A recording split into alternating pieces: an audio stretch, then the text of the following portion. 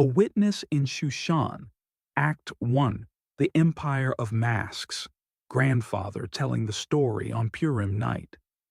The candles flickered softly against the walls, and the sound of laughter from the street drifted in through the open window.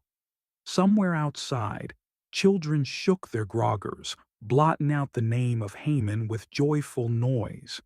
The air smelled faintly of sweet pastries and wine. Grandfather sat in his old wooden chair, a colorful Purim scarf draped loosely over his shoulders.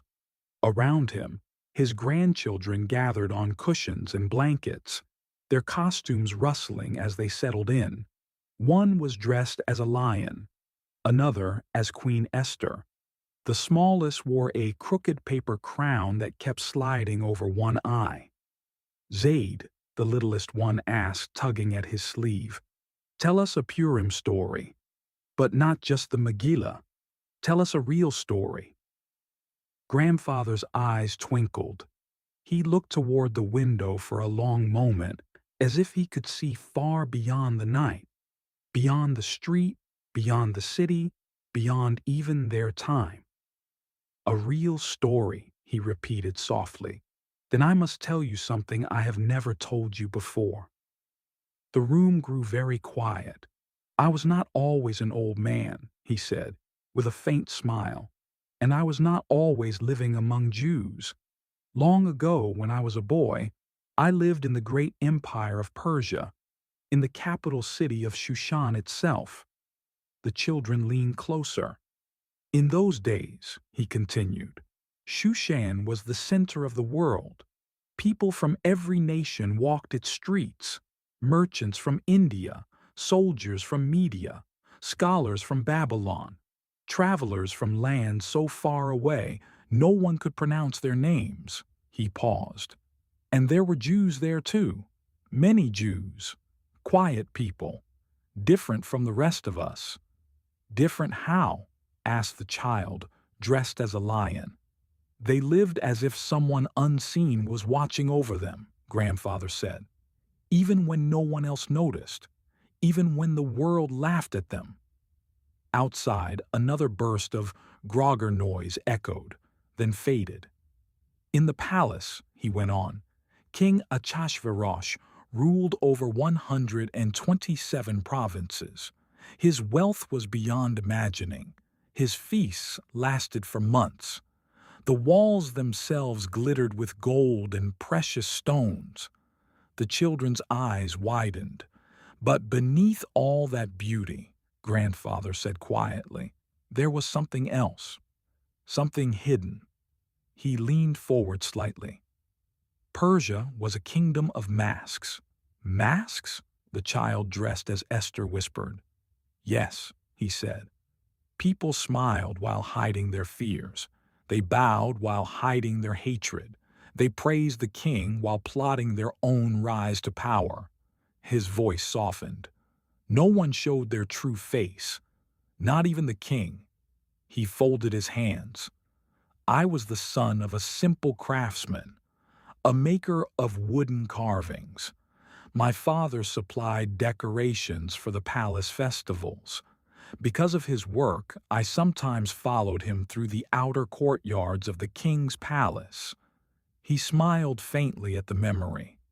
"I thought it was the most beautiful place in the world." A pause. "But one day, during a great feast, I saw something that changed me forever." The children leaned in so close their costumes brushed against his knees. The king had ordered a celebration unlike any before. Wine flowed without limit. Music filled the air day and night. People danced, shouted, boasted, forgot themselves. Grandfather's expression grew somber. And then, something terrible happened. He lowered his voice. The queen, Queen Vashti, refused the king's command. The room fell completely still. "In Persia," he said gently, "no one refused the king." "What happened to her?" whispered the smallest child. Grandfather sighed.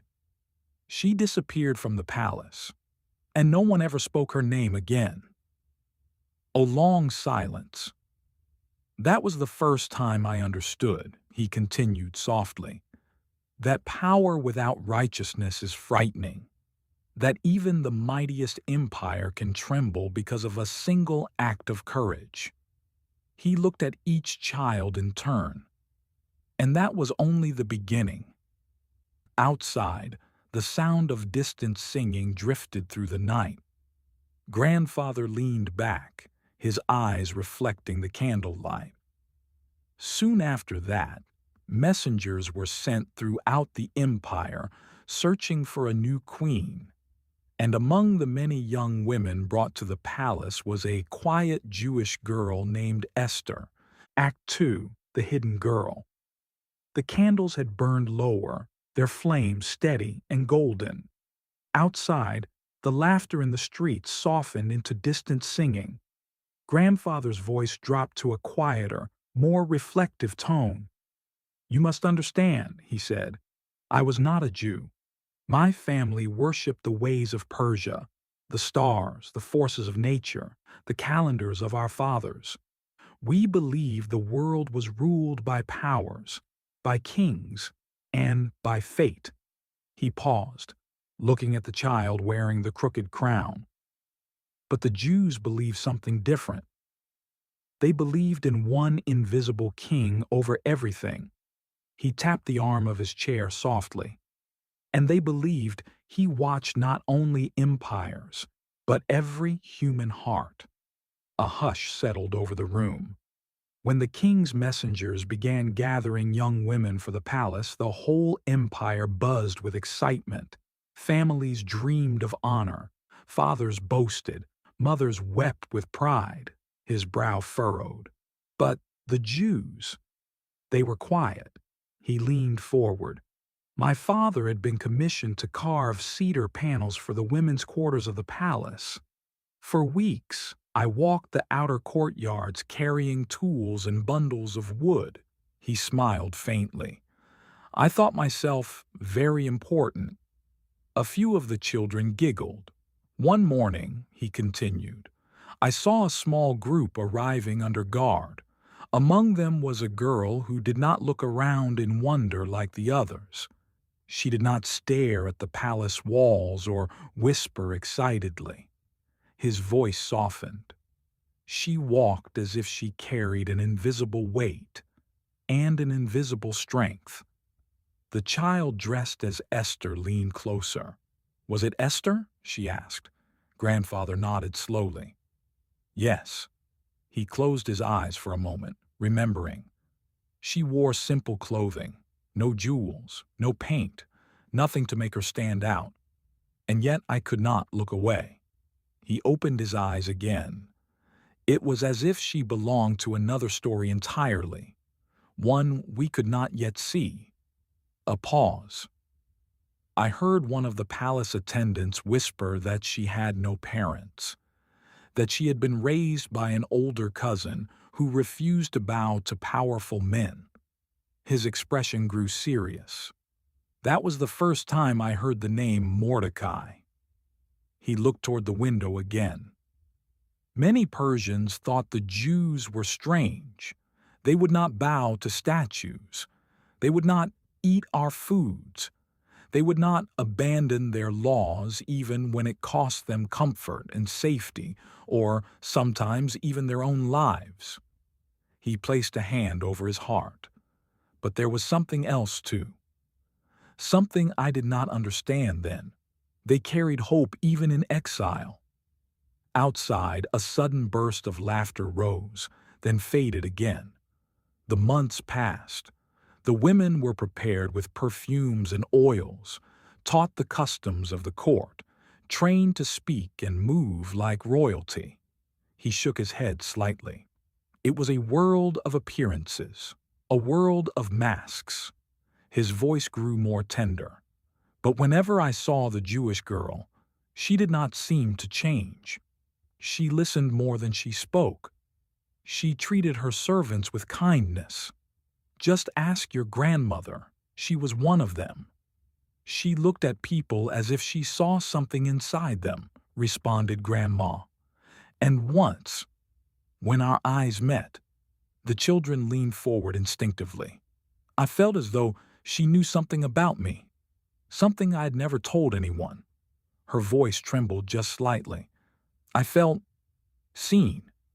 Silence filled the room. Grandpa continued. Soon after, the announcement spread through Shushan. The king had chosen his new queen. He smiled faintly at the child in the Esther costume. It was her, the quiet Jewish girl. The children broke into soft smiles. But no one knew she was Jewish, grandfather added gently. That secret was hidden, just as the king of the Jews was hidden. He folded his hands again. And that, my dear ones, is how the story of hidden miracles truly began. He looked at them one by one. For when goodness hides itself, evil often believes it has already won. His voice lowered. And in those same days, a man named Haman began to rise to power. The warmth drained slightly from his expression, and when Haman rose, shadows followed. Act Third, the man everyone feared. The room had grown warmer. One of the older children quietly refilled grandfather's cup with a little grape juice, as if sensing that the story required strength to tell. Outside, the Purim night had deepened. The laughter now came in waves, rising and falling like distant tides. Grandfather held the cup in both hands, staring into it for a moment before speaking again. There are times, he said slowly, when history turns not with a loud trumpet, but with quiet footsteps in a corridor. The children waited. In those days, the palace corridors began whispering a new name. His jaw tightened slightly. Haman. Even the smallest child recognized the name and instinctively reached for a grogger, but grandfather gently placed his hand over the child's toy. Not yet, he said softly. First you must understand who he was. He leaned forward, his voice low and steady. Haman was not like the other nobles. Many sought power for comfort, for wealth, for honor. But he sought something else. Control. The candlelight flickered across his face. He watched people the way a hunter watches prey. Not with anger, not with joy, but with calculated hate. A shiver seemed to pass through the children. When he walked through the palace gates, officials threw themselves to the ground before him. Soldiers bowed so deeply their foreheads touched the stone. Grandfather tapped the floor lightly with his cane. It became law. Every person must bow to Haman. The child dressed as the lion frowned. Did everyone bow? Grandfather's eyes softened. Almost everyone. He paused. In the outer gate of the palace sat a Jewish official, Mordecai, a quiet man with sharp eyes and a beard streaked with gray. He had once saved the king's life, though few remembered. His voice grew steadier. When Haman passed, everyone bowed, except Mordecai. The children held their breath. At first, people thought he hadn't noticed, but when Haman passed again, and again, Mordecai remained standing. Grandfather slowly straightened his back in demonstration, not in defiance, not in pride, simply standing. He looked at the children with intensity. That was when fear began to spread. Why didn't he bow? Whispered the child dressed as Esther. Grandfather sighed. Because he believed that one should only bow before righteousness. And Haman was lacking. The room fell silent. You see, he continued gently, Persians believed power must be honored wherever it appears. But the Jews believed power without righteousness is empty. He shook his head. At the time, I did not understand. I thought Mordecai was foolish, even dangerous. One man refusing could bring punishment upon many. He swallowed. I remember watching from a distance as palace guards questioned him. His voice softened, almost reverent. He did not shout. He did not argue. He simply said he was a Jew. A long pause. And somehow, that was enough. Grandfather looked down at his hands. I had never seen such courage. Not the courage of swords and battles, but the courage of a soul that knows where it stands. Outside, a group of revelers passed by, singing loudly, then faded into the distance.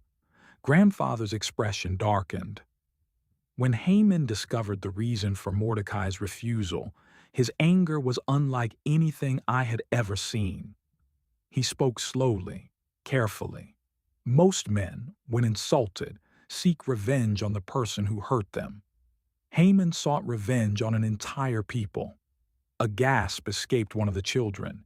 Yes, grandfather said quietly, not only Mordecai, but every Jew in the empire. He closed his eyes briefly. I remember the day the decree was announced. His voice grew heavy. Messengers rode out from Shushan in every direction. Official scrolls sealed with the king's ring were read in marketplaces, city gates, military camps. He opened his eyes again. A single day had been chosen. A day when every Jew could be attacked, plundered, and destroyed. The smallest child clutched the sleeve of the older one. "What did people do?" he whispered. Grandfather's voice trembled. Some celebrated.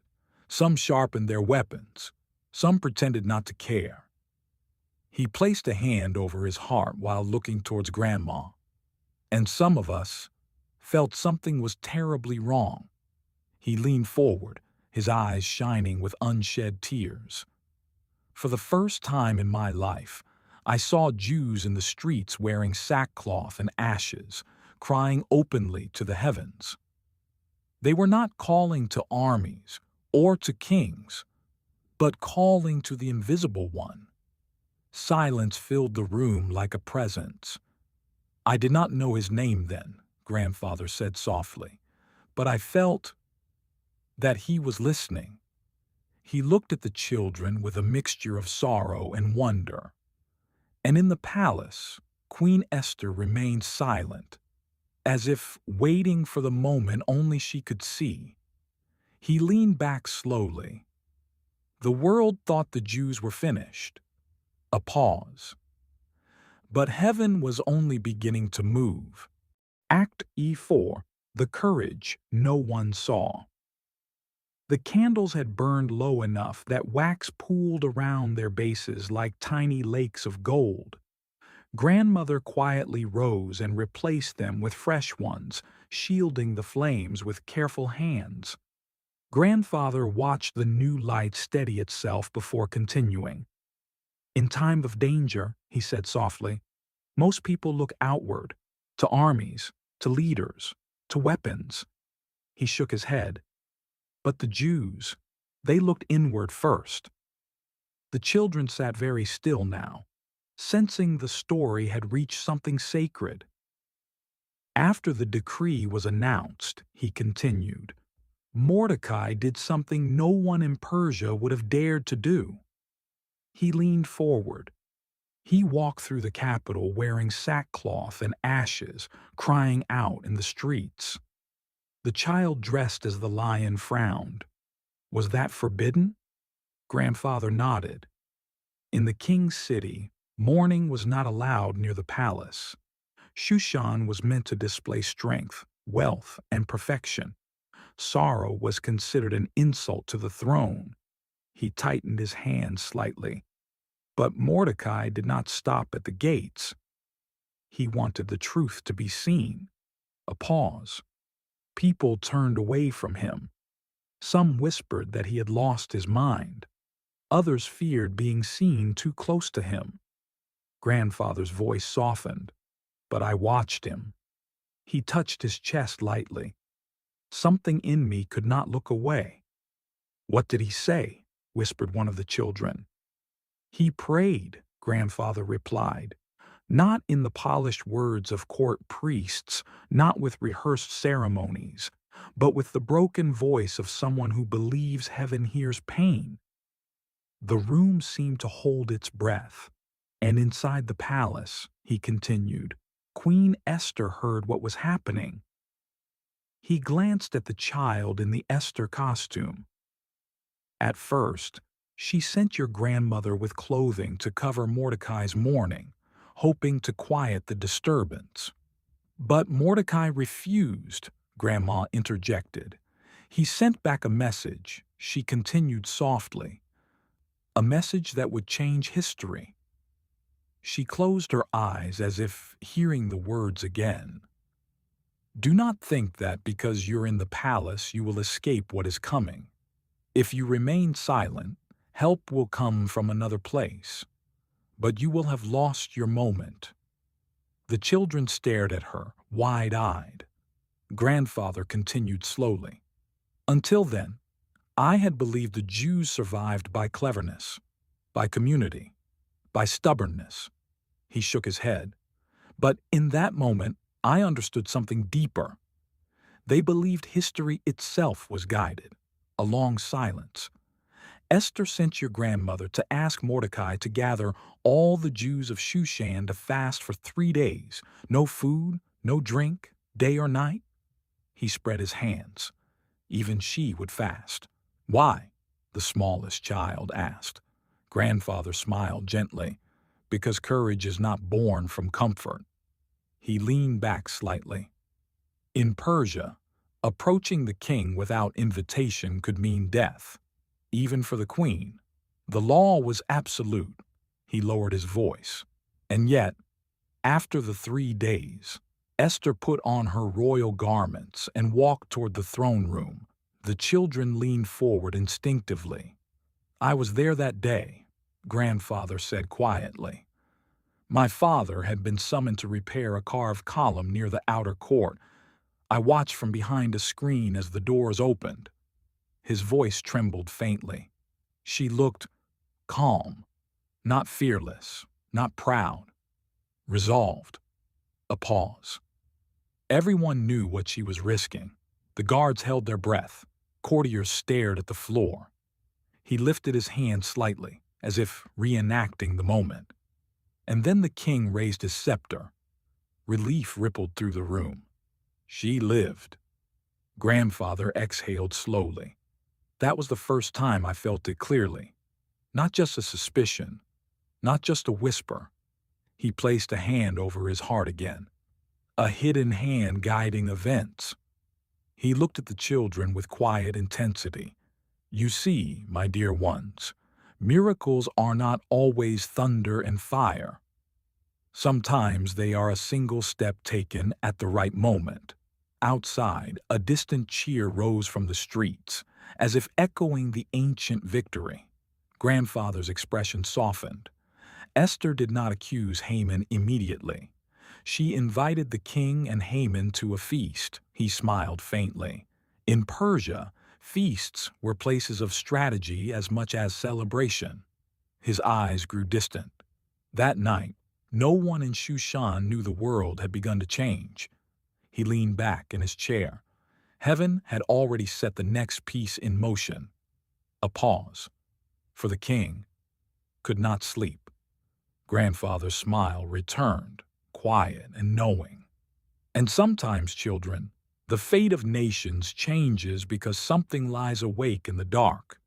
Act 5. The night the world turned. The house had grown very still. Even the sounds from the street seemed to pause, as if the night itself were listening. Grandfather did not speak right away. He gazed into Grandma's eyes, the candle flames dancing between them, reflecting memories that had never left them. They are nights, he said at last, his voice barely above a whisper, when the world changes, and no one notices until morning. The children leaned closer, sensing this part mattered. That night, he continued, the palace was unusually quiet. No musicians, no feasting, no drunken laughter echoing through the courtyards. He smiled faintly. The king could not sleep. A small child giggled softly. Grandfather returned the smile. You may laugh, little one. But in Persia, the king's sleep was the empire's stability. If he slept peacefully, the world was in order. If he did not, people grew uneasy. He tapped the arm of his chair. So servants brought the royal chronicles, the book of records, to be read aloud until he grew tired. His eyes grew distant. Of all the events recorded across 127 provinces, the passage chosen that night spoke of a forgotten deed. He looked at each child in turn. Mordecai's deed. A ripple of surprise moved through the group.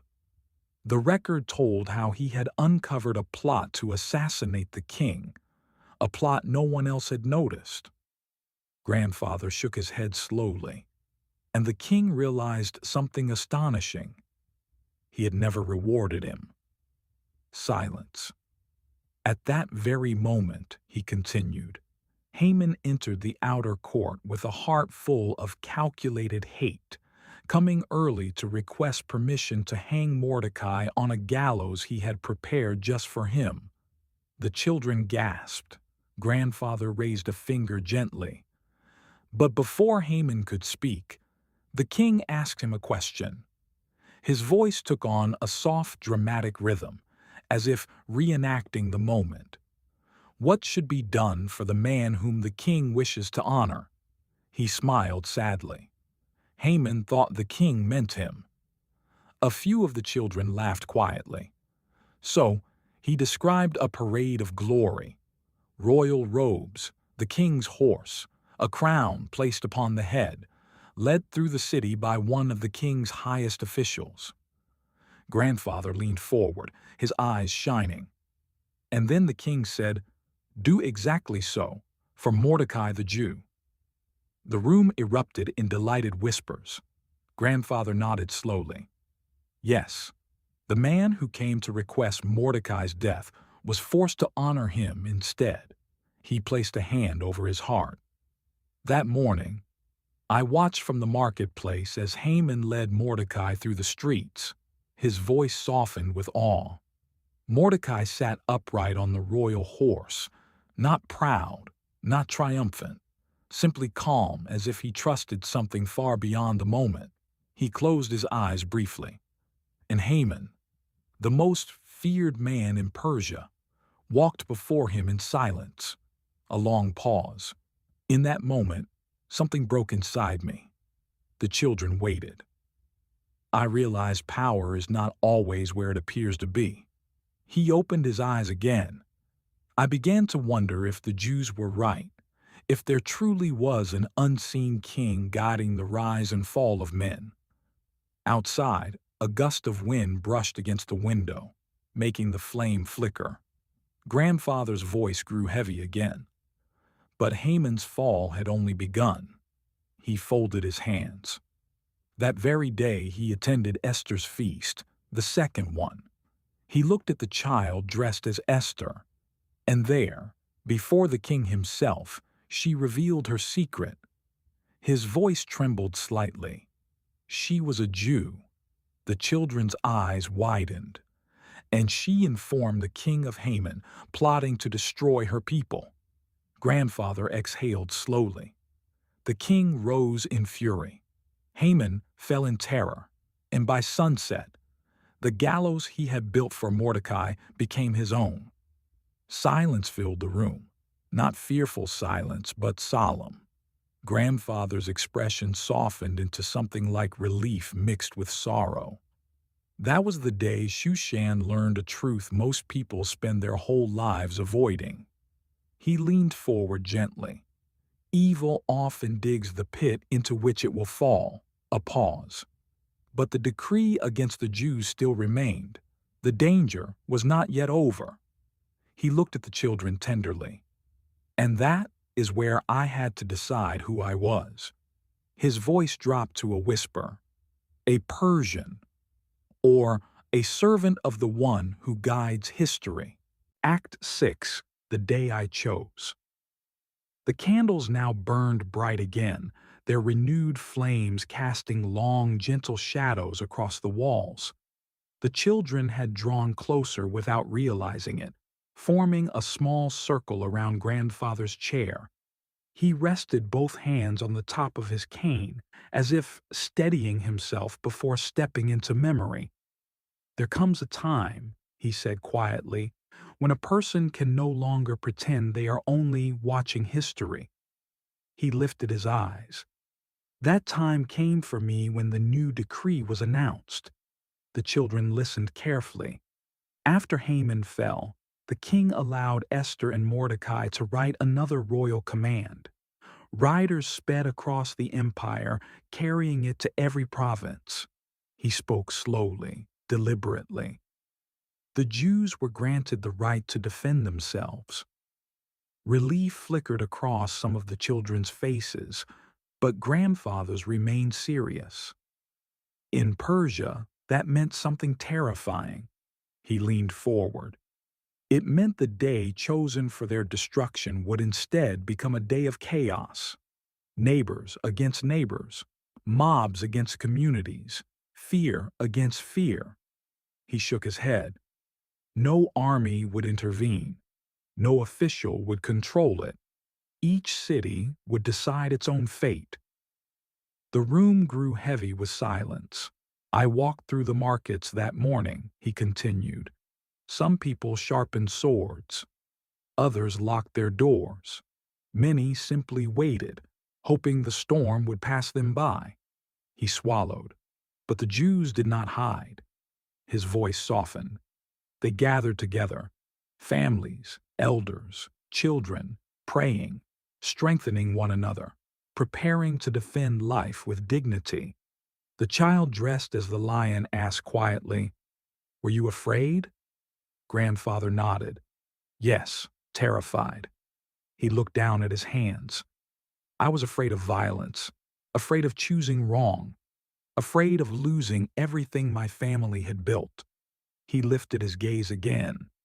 "But I was more afraid of becoming the kind of man who stands by idly while righteousness is destroyed." A hush fell deeper than before. I remembered Mordecai standing alone at the gate. I remembered Esther walking toward the throne room. I remembered the cries of the Jews rising to heaven. His voice trembled slightly. And I asked myself, if there is truly one righteous king above all kings, what kind of person does he expect me to be? The children watched him as if seeing him not as a grandfather, but as the young man he once was. So I went to the Jewish quarter. A small gasp escaped one of them. "They did not welcome me at first," he admitted gently. "Why should they? I was a Persian, a stranger, from the same nation that had celebrated their destruction." He placed a hand over his heart. "But I told them I had come not as a Persian, but as a human being who wished to stand with righteousness and serve an invisible king who dwells within the hearts of men." His eyes glistened in the candlelight. "An old rabbi studied my face for a long time. Then he nodded once and said something I would only understand years later." Grandfather smiled softly. He said, "The righteous among the nations have a place in the world to come." The children exchanged quiet looks. "They gave me no weapon," he continued, "no armor, only a place among them, and a task." "What was it?" whispered the smallest child. "To guard the children." A long pause. "That day," grandfather said, "I met your grandmother while standing at the entrance of a courtyard where families had gathered, both Jew and non-Jew together as one. I watched over little ones who did not fully understand what was happening. I listened to mothers whisper prayers over their sons." His voice softened to almost nothing. "I had never felt more afraid, or more certain." Outside, distant laughter drifted again through the night, mingled with singing. When the attacks began in parts of the city, word spread quickly. But something else spread too. Hope. He nodded slowly. Many Persians, not all, but many, saw what was happening and chose not to join the violence. Some, like me and your grandmother, stepped forward to protect their Jewish neighbors. He looked at the children with quiet pride. You see, my dear ones, evil is loud, but goodness is persistent. His voice steadied. By nightfall, the danger had passed in Shushan. The Jews had survived. A long breath left him, as if releasing the tension of years. And I realized something I had never understood before. He leaned forward gently. You do not have to be born into a people to stand with their destiny. Silence filled the room, not empty, but full. That was the day, grandfather said. I stopped being only a witness. He touched his chest. That was the day I became who I was meant to be. He leaned back slowly, his expression peaceful. And when morning came, Shushan awoke to something no one had expected. A faint smile appeared. Joy. Act 7. The day. Joy was born. The candles were now steady and bright, their light filling the room as if refusing to let the night grow any darker. Grandfather looked at each child slowly, his eyes warm, peaceful, as though the memories had finally settled into something whole. When morning came, he said softly, Shushan did not awaken to mourning, but to disbelief. The children leaned against one another, listening. Doors opened cautiously.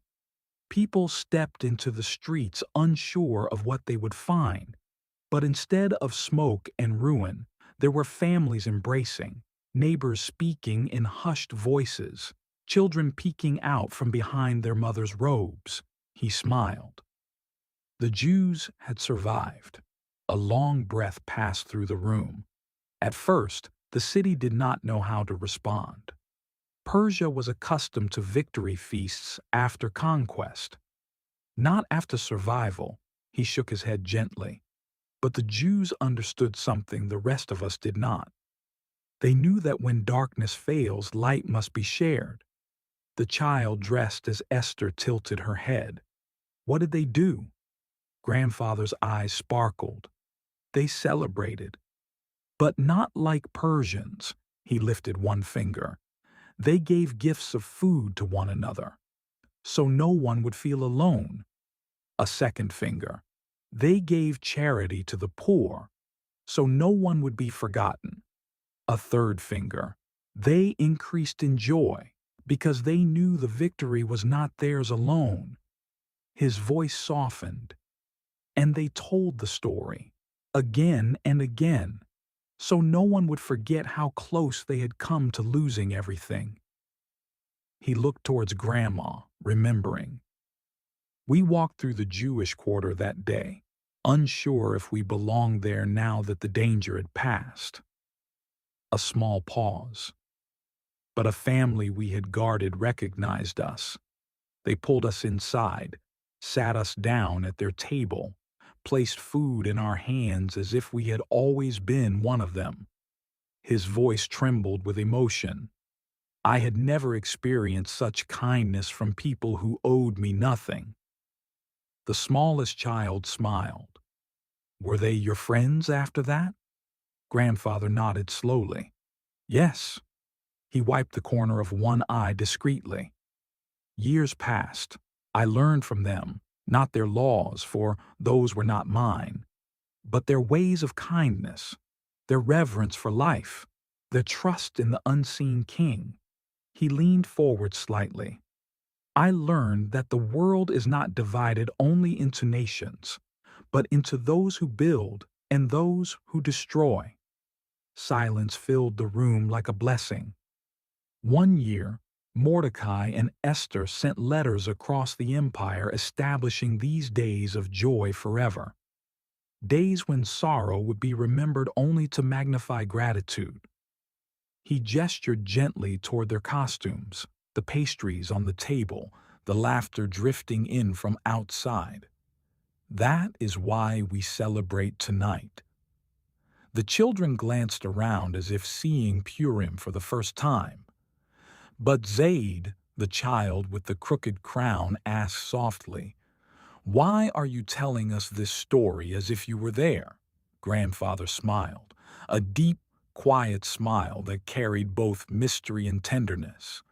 "Because I was there." The room went perfectly still. I was the young man who stood at the courtyard gate, the one who chose to stand with the Jews when it would have been easier to stay silent. He placed his hand over his heart once more. And from that day forward, I chose to live as a servant of the one who guides all history, the one the Jews never stopped trusting, even when he was hidden. The children stared at him with wonder. "You see, my dear ones," he said gently, "Purim is not only a story about the Jewish people. It is a story about every person who must choose between fear and righteousness, between comfort and courage, between watching history and helping shape it." Outside, the sound of singing swelled again, bright and joyful. Grandfather leaned back, his eyes shining.